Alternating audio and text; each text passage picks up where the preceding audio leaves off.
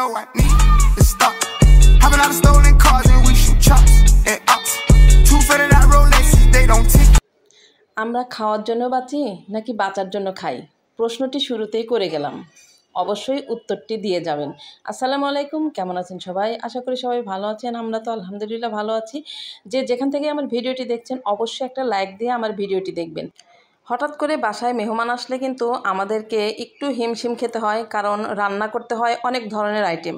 তাই সহজভাবে একটা পোলাও রান্না করার রেসিপিটি আজকে আপনাদের সাথে শেয়ার করছি। আজকে ছিল শুক্রবার, স্বভাবতই সবার বাড়িতেই আজকে ভালো মন্দ, তাই আমার বাড়িতেও কেন নয়। যদিও আজকে ভালো মন্দ রান্নাটা আমার পক্ষে থেকেই ছিল। আপনাদের ভাইয়া সকালে অফিসে যাওয়ার সময় বলে গিয়েছিল যে আজকে দেশি মুরগি রান্না করবে, কিন্তু আমি তার সাথে সাদা পোলাও রান্না করে ফেললাম। আর এই পোলাওটা রান্না করতে কি কি মশলা দিয়েছি ভিডিওটি দেখতে থাকুন, তাহলে পুরোটাই জানতে পারবেন। শুরুতেই পাতিলের মধ্যে আমি আদা, পেঁয়াজ, রসুন, জিরা বাটা দিয়ে দিয়েছি, আর কয়েক রকমের বাদাম বাটা দিয়েছি কিশমিশ, কাঁচামরিচ, আর টক দই। তারপর পানিটাকে আলাদা করে ফুটিয়ে নিয়ে যে পরিমাণ চাল দিয়েছি তার ডবল পানি গরম করে পাতিলের ভিতরে মেপে মেপে দিয়েছি সয়াবিন তেল। এগুলোকে ভালোভাবে ফুটিয়ে নিতে হবে। তারপর চালটাকে দিয়ে দিয়েছি।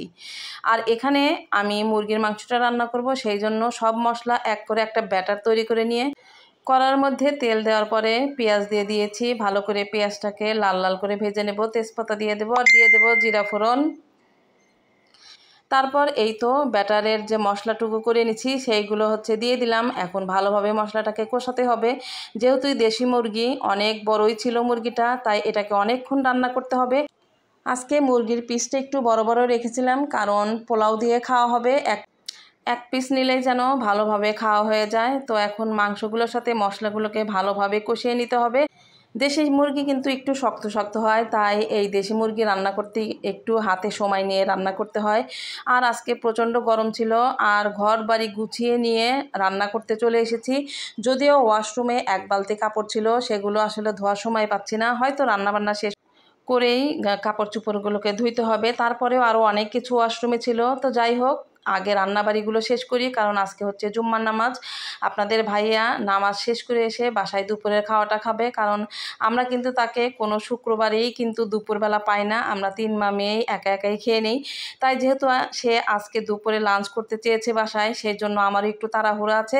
রান্নাগুলো যেন একদম ঠিকঠাক হয়, তার পছন্দ অনুযায়ী ঝাল নুন সব যেন ঠিক হয়।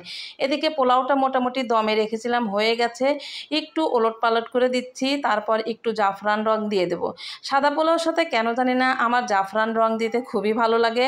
আর এই তো একটা চামিজের ভিতরে গুলে নিয়ে আমি সাইড দিয়ে একটু একটু করে দিয়ে দিচ্ছি। তারপরে আবারও একটু ঢেকে রাখবো।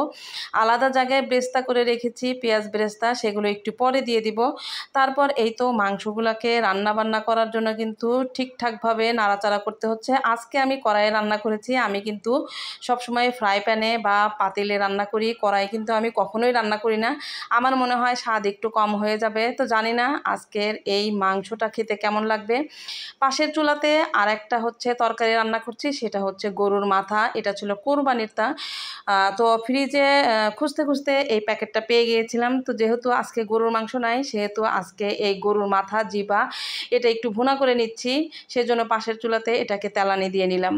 তারপর এই তো পোলাওর একটা ফাইনাল লুক। দেখতে কিন্তু অসাধারণ লাগছে, আর খুব সুন্দর একটা স্মেল বের হয়েছে। যাদের বাসায় হঠাৎ করে মেহমান আসবে, তারা কিন্তু এইভাবে ঝটপট করে পোলাও রান্না করতে পারেন। চাল ভাজার কোনো প্রয়োজন নাই, পানিটাকে ঠিকঠাকভাবে গরম করে নিতে হবে। আর অত মশলা যদি নাও থাকে, বাদাম বাটা, টক দই, তারপরে কিশমিশ, এগুলো যদি নাও থাকে, আপনি তেজপাতা, দারচিনি, এলাচি দিয়ে পানিটাকে গরম করে নিয়ে তারপর পানি ফুটিয়ে গেলে তারপরে চালটাকে ছেড়ে দিবেন। ব্যাস হয়ে যাবে কিন্তু সুন্দর ঝরঝরে পোলাও। আর আজকেও কিন্তু বেশ পোলাওটা হয়েছে, দেখতেও অসাধারণ। তো এখন ব্রেস্তাটা দিয়ে দিচ্ছি। আসলে আমার মেয়েরাও আজকে জানতো না যে আমি এইভাবে রান্না করব। তো রান্না শেষে তো টেবিলে সব নিয়ে আসছি। আমি আজকে মেয়েদেরকে সারপ্রাইজ করে দিলাম।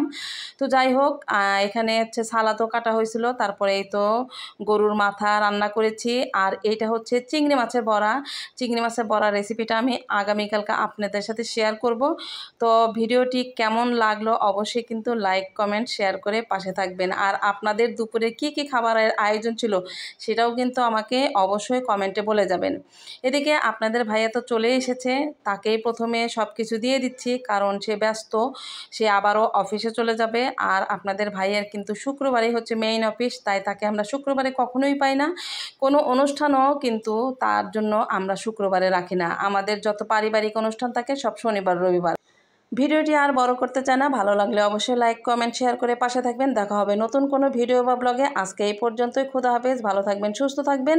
আবারও সবাইকে অনেক অনেক ধন্যবাদ জানিয়ে ভিডিওটি শেষ করছি এখানেই। খোদা হাফেজ।